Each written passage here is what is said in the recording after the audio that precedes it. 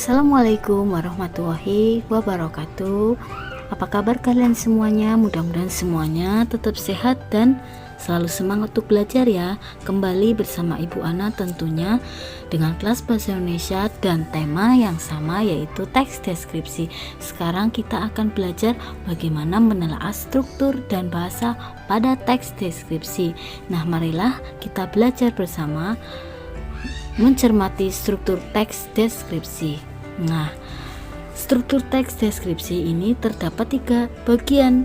Yang pertama, identifikasi, kemudian yang kedua, deskripsi bagian, yang ketiga, simpulan atau kesan. Ingat ya, ada 3.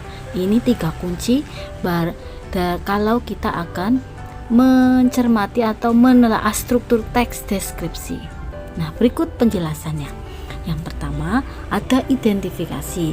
Ini berisi nama objek yang dideskripsikan, lokasi, sejarah lahirnya, makna nama, dan gambaran umum tentang objek. Nah, kalian bisa lihat contoh teks rumah tongkonan. Nah, teks deskripsi yang berjudul rumah tongkonan bisa kalian lihat pada buku paket halaman 18. Nah, nanti kalian akan menemukan teks yang berjudul rumah tongkonan. Kalau kita mencermati dari identifikasi, ini pada bait pertama ya, pada rumah tongkonan yang berisi objeknya yaitu apa? Rumah adat masyarakat Toraja.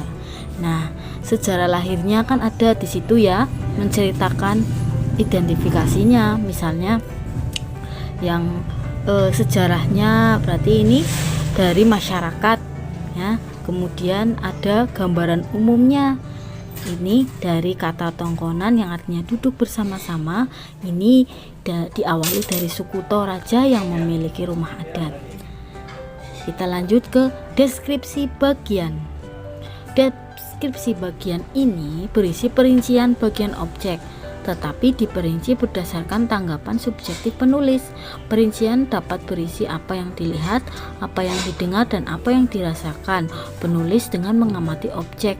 Jenis pengembangannya itu bisa berdasarkan ruang, anggota bagian objek, berdasarkan proses sesuatu berlangsung, kemudian yang terakhir berupa pemfokusan.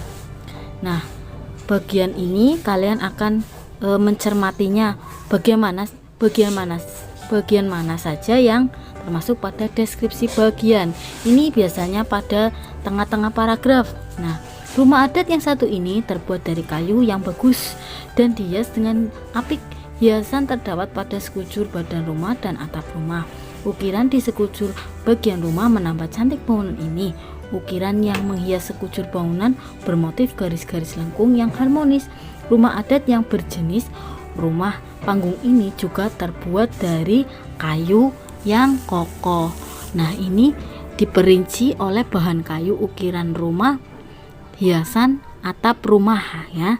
Ini yang termasuk pada deskripsi bagian ya.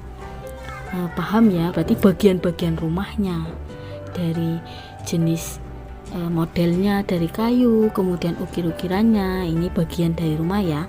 Yang terakhir, simpulan dan kesan ini biasanya terdapat pada bagian akhir ya, berisi pendapat penulis terhadap objek yang dideskripsikan atau kesan umumnya. Sungguh kaya warisan budaya Indonesia. Kita bangga memiliki warisan budaya dengan nilai artistik yang tinggi dan unik. Rumah adat tongkonan, warisan budaya yang perlu kita jaga.